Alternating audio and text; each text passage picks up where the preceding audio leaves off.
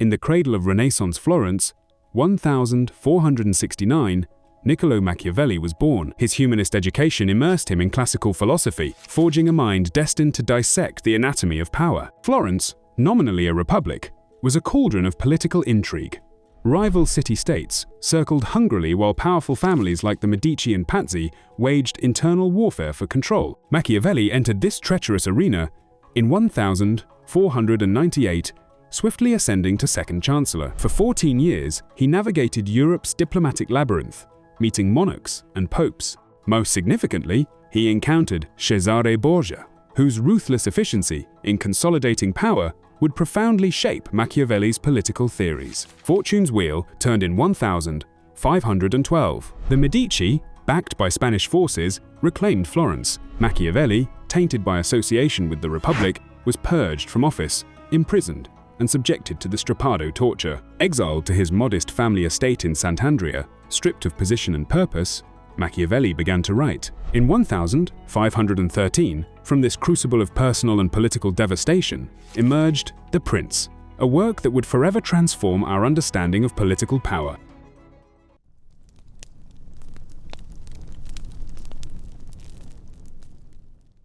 For centuries, political counsel was confined within the gentle tradition of Mirrors for Princes literature.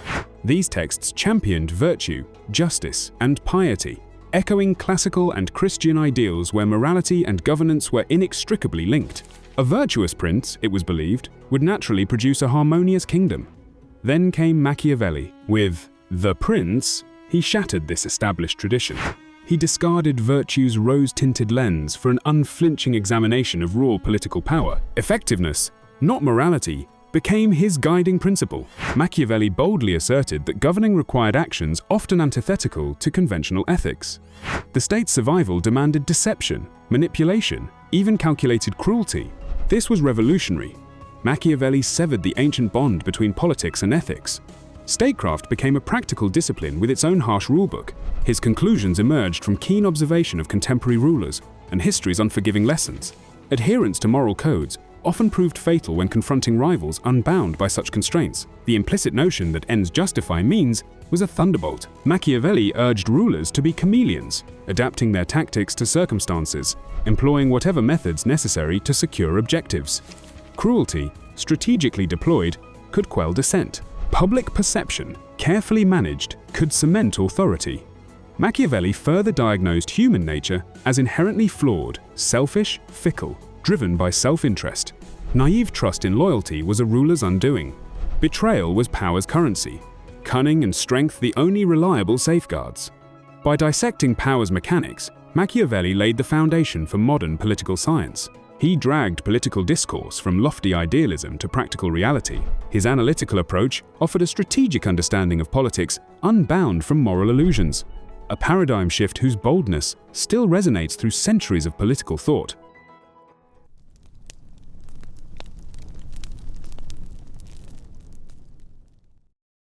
At the core of Machiavelli's political universe lie two dynamic forces, Virtu and Fortuna.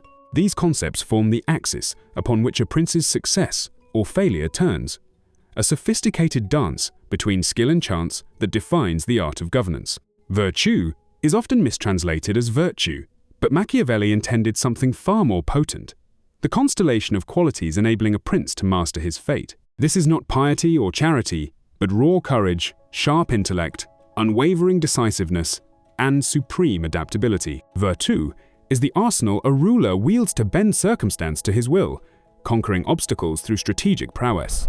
Opposing yet intertwined with Virtu stands Fortuna, the volatile realm of chance and forces beyond human control.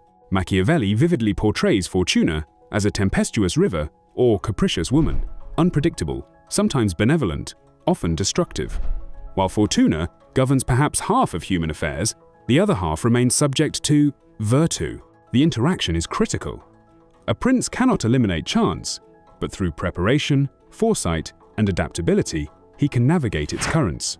Like building dams to control floodwaters, a ruler must fortify his state against unforeseen events. Vigilance and proactivity become existential necessities. Machiavelli emphasizes timing, seizing the opportune moment when Fortuna presents an opening. Hesitation invites disaster. The prince must act decisively when fortune presents its fleeting opportunities. Importantly, Virtu is not rigid but flexible and context-dependent.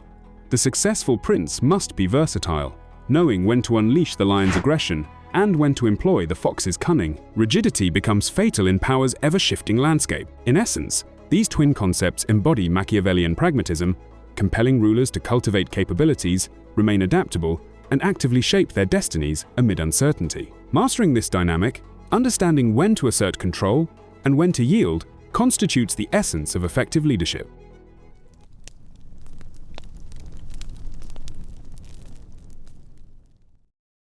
How does a prince seize and maintain power? Machiavelli dissects principalities into two fundamental types, hereditary and new. For the hereditary prince, power flows through established bloodlines. The populace, accustomed to the ruling family, generally accepts their authority. Here, governance centers on preserving the existing order and avoiding dramatic changes that might unsettle traditions. The new principality presents far greater challenges. The prince must forge legitimacy where none existed before. Resistance simmers beneath the surface, born from unfamiliarity and resentment of change. Machiavelli offers a stark prescription: eliminate any vestige of the former ruling dynasty to prevent them from becoming focal points for rebellion. Acquisition of power takes multiple forms. Some rise through Virtu, their inherent abilities, like Moses or Cyrus. Their path is arduous, but their rule tends to endure, rooted deeply in personal merit. Others ascend through the Fortuna, by chance or powerful patronage, like Cesare Borgia, initially propelled by his papal father. Such princes stand on precarious ground unless they cultivate their own virtue. Darker paths exist.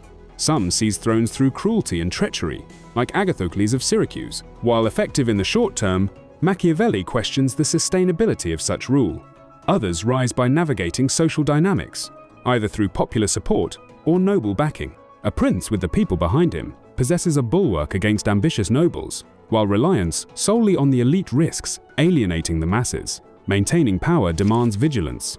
Strong foundations must combine just laws with formidable military strength, with arms being paramount. Conquered territories require specific strategies: personal presence to quell unrest, establishment of colonies, or dismantling existing power structures. Machiavelli famously debates whether a prince should be loved or feared, concluding that fear is safer if both cannot be achieved. Yet he cautions against hatred.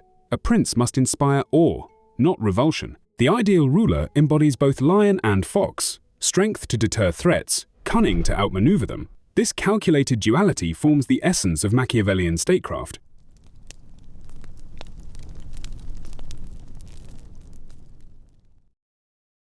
Enter Cesare Borgia, Duke Valentino, Machiavelli's exemplar of virtue. Illegitimate son of Pope Alexander VI, Borgia carved a dominion from the fractured landscape of central Italy in the late 15th century. Machiavelli, observing him firsthand during diplomatic missions, was captivated by his decisive leadership, strategic brilliance, and calculated ruthlessness. Borgia's campaigns in Romagna displayed a masterful synthesis of military might, political cunning, and psychological insight. Borgia's consolidation of power was methodical. He neutralized rivals by crushing noble families who challenged his authority. Recognizing Romagna's disorder, he implemented a draconian solution, appointing Ramiro de Orco, a mercenary of brutal efficiency, to restore order through fear. Yet Borgia's genius extended beyond mere cruelty. Once stability was achieved, he publicly executed de Orco, distancing himself from the harsh methods while transforming his image from tyrant to dispenser of justice. His approach to alliances demonstrated remarkable pragmatism, forming and breaking pacts as circumstances required. Simultaneously, he cultivated popular support by addressing grievances and projecting an image of just governance, fortifying his rule against internal unrest. However, Borgia's power structure, though impressive, rested on the shifting sands of Fortuna. His strength was inextricably linked to his father's papal authority. When Pope Alexander VI died unexpectedly in 1503, Borgia's downfall was swift and devastating. Unable to secure the new pope's backing, he found himself betrayed and abandoned, his carefully constructed realm crumbling. Borgia's trajectory illustrates Machiavelli's core principles: the potency of virtue and the unforgiving caprice of Fortuna. Despite remarkable skill and resolve, Borgia's inability to anticipate papal succession revealed the limitations of even exceptional ability against overwhelming circumstance. From this dramatic rise and fall emerge crucial lessons. Self-reliance is paramount. Dependence on external factors is perilous. A ruler must anticipate inevitable change, building resilience and contingency plans. And perhaps most uncomfortably, effective governance may require morally questionable actions for the greater stability of the state.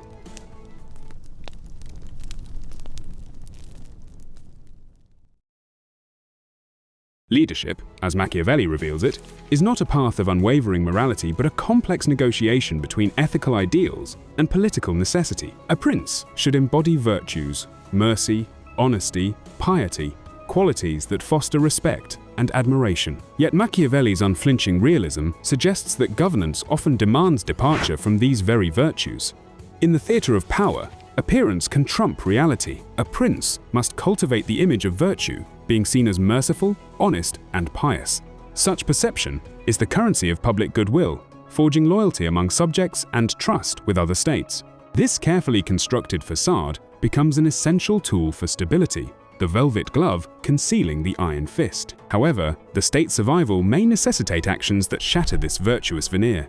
Agreements broken, enemies deceived, harsh measures deployed. These are not acts of wanton cruelty in Machiavelli's view, but calculated necessities. The preservation and prosperity of the state can justify means that would be morally reprehensible in private life. To navigate this ethical tightrope, Machiavelli offers his iconic metaphor: the prince as both lion and fox. The lion embodies strength, the capacity to inspire fear and crush opposition. The fox represents cunning, the ability to detect traps and outmaneuver adversaries through deception. A successful prince must master both personas, shifting between force and guile as circumstances demand. Crucially, while fear is a potent instrument, Machiavelli cautions against provoking hatred. Tyranny breeds resentment, the fertile soil of rebellion. Unjust cruelty and arbitrary seizure of property cross lines a prince must avoid. The goal is fear tempered by justice, authority grounded in perceived fairness. Machiavelli's pragmatic ethics represent a radical departure from traditional moral philosophy. He doesn't endorse immorality as an ideal, but as a necessary contingency in the tumultuous arena of politics. By acknowledging human imperfection and political chaos, he suggests that rigid virtue alone may be dangerously naive for any leader, compelling us to confront an unsettling truth: effective governance may diverge from conventional morality.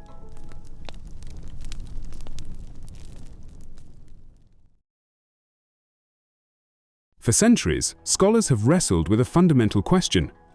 What was Machiavelli's true intent in writing The Prince? The dedication to Lorenzo de' Medici suggests a straightforward motive: a bid for employment, a political operator seeking re-entry into power's corridors. Yet accepting this at face value overlooks the work's complex layers. Could The Prince be sophisticated satire?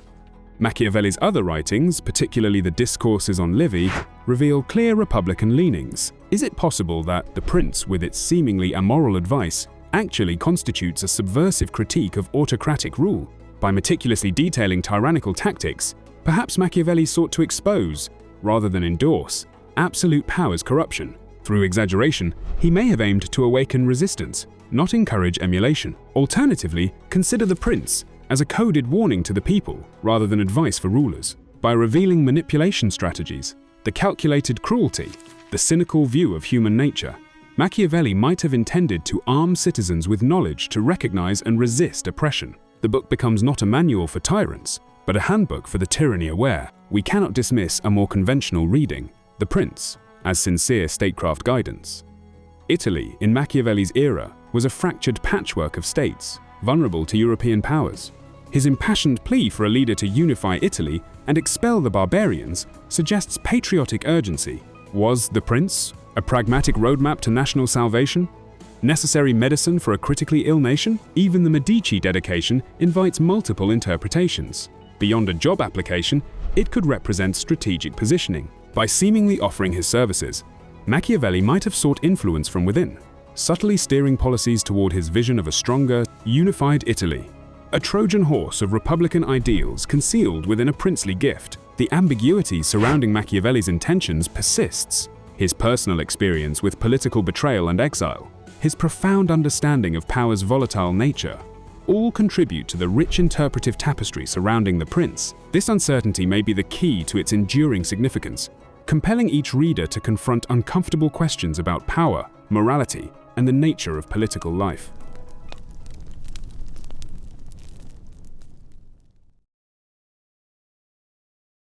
Beyond the tumultuous era of its creation, The Prince has resonated through centuries, casting a long shadow across political thought, philosophy, and global culture. Published posthumously in 1532, 5 years after Machiavelli's death, this slim volume ignited controversy that continues to smolder in our modern age. Perhaps its most immediate legacy is the term Machiavellian itself, shorthand for politics marked by cunning, scheming, and moral flexibility. To label an action Machiavellian invokes cold calculation where ends justify means. Yet this association often flattens Machiavelli's nuanced thought, reducing complex ideas to a simplistic adjective. Across history, The Prince has influenced leaders of all persuasions.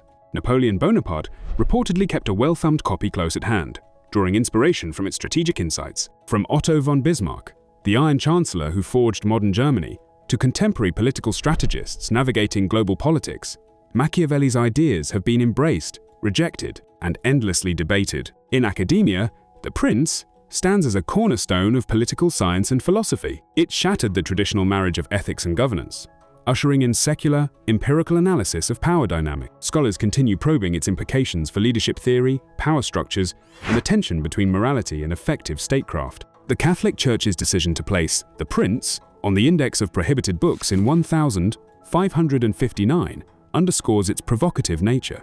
The Church condemned its separation of politics from Christian morality as an assault on society's ethical foundations.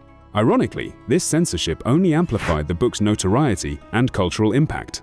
Beyond politics and academia, The Prince has permeated our cultural consciousness. Shakespeare echoes Machiavellian themes in characters like Richard III and Macbeth, figures driven by power hunger unbound by conventional morality. From modern political dramas to contemporary literature exploring leadership's dark underbelly, references to The Prince provide a constant touchstone for examining the ethical quagmires of power and ambition. The enduring relevance of The Prince lies in its unflinching examination of human nature and power's mechanics. In our age of shifting political landscapes, where leaders face unprecedented global challenges, Machiavelli's observations remain startlingly pertinent. His work is not a Renaissance relic, but a living document that continues to provoke vital conversations about governance, ethics, and the uncomfortable realities of power in human affairs.